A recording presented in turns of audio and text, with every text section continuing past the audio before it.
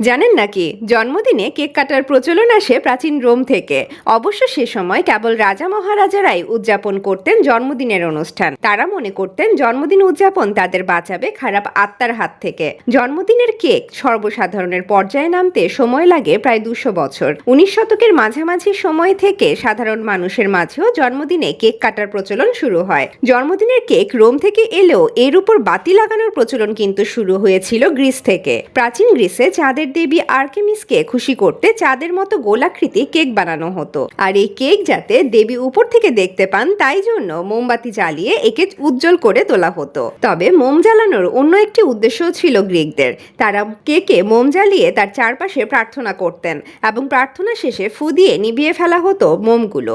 মনে করা হতো মোম নেভার ধোঁয়ার সাথে দেবীর কাছে পৌঁছে যাবে সব অপশক্তি। তারা আরও বিশ্বাস করতেন এক ফুতেই যদি কেউ সব কয়টি মোম নিভাতে পারে দেবী তার মনের ইচ্ছা অবশ্যই পূরণ করবেন।